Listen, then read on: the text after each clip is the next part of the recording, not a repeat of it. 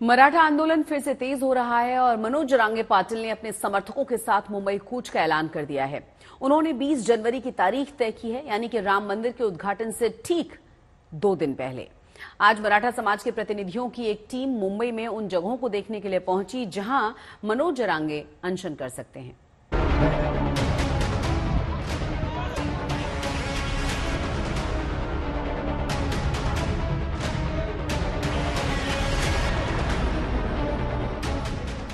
महाराष्ट्र में मराठा आंदोलन अब और भी तेज होने वाला है।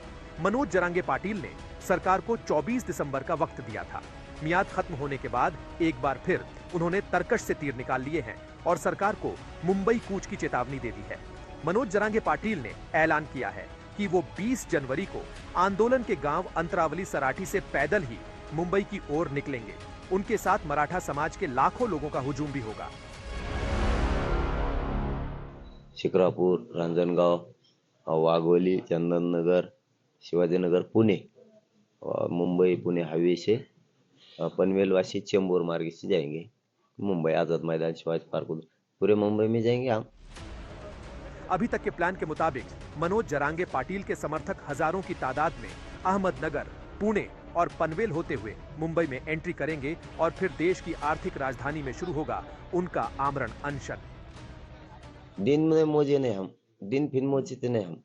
कना निकते 20 को, कना जाएंगे। जितना दिवस लगेगा उतना दिवस चलने का, उधर जाने का, रात भर खाने का, कच्चून आरक्षण लेके वापस आने का। ये ठरा है घर घर के मराठे आप करोड़ों संख्या ने पूरे मुंबई जाना रहे, एक भी रुकने वाला नहीं है घर को। मनोज जरांगे के ऐलान के बाद आज मराठा समाज का प्रतिनिधि मंडल मुंबई में जमा हुआ। उन्होंने दादर के राजर्षि शाहू सभागृह में बैठक की और फिर शिवाजी पार्क, आजाद मैदान और बीकेसी ग्राउंड का जायजा लिया।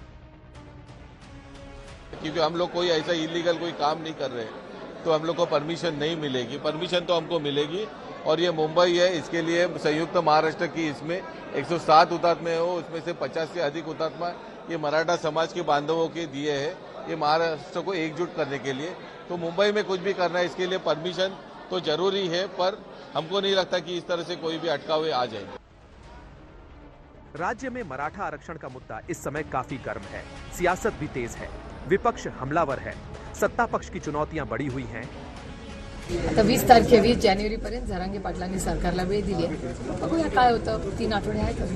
सरकार अपने तरफ से पूरी कोशिश कर रही है और मुझे लगता है उसमें सफलता मिलने की भी कगार पे सरकार है। इसलिए हम उस बात को लेके चल रहे हैं कि मराठा समाज को आरक्षण देते वक्त कहीं वो आरक्षण कहीं कैंसिल ना हो जाए, कोई कोर्ट में ना जाए और कोर्ट में जाके वो आरक्षण जैसे पहले दिया था फिर कैंसिल ना हो जाए और ओबीसी आरक्षण को कहीं धक्का ना लगे। ये जो भूमिका है, ये दोनों भूमिका एक साथ मुख्यमंत्री एकनाथ शिंदे साहब निभा रहे और ये करने में जो भी कसरत करना पड़ती वो कर रहे। और जरांगे साहब रहो और ओबीसी के नेता रहो, सबको भरोसा एकनाथ शिंदे साहब के ऊपर है। मराठा आरक्षण का आंदोलन शिंदे सरकार की मुश्किलें बढ़ा रहा है। ओबीसी समुदाय ने भी अलग से मोर्चा खोल रखा है। मामला अदालत में भी है, लिहाजा सरकार बार बार भरोसा दिला रही है, शांति की अपील कर रही है। 24 जनवरी को खुले कोर्ट में उसकी सुनवाई रखी है। यह मराठा समाज के लिए बहुत ही दिलासादायक बात है। उनको जो आरक्षण मराठा समाज को सामाजिक और शैक्षणिक बैकवर्डनेस उनका जो सिद्ध करना है, इसलिए ये बहुत बड़ी बात है। और हमारी एडवोकेट की टीम जो है ये पूरी ताकत से 24 जनवरी को कोर्ट में सरकार की तरफ से पैरवी करेगी। अब देखने वाली बात होगी कि मनोज जरांगे पाटिल मुंबई कूच करने के अपने फैसले से पीछे हटते हैं या नहीं।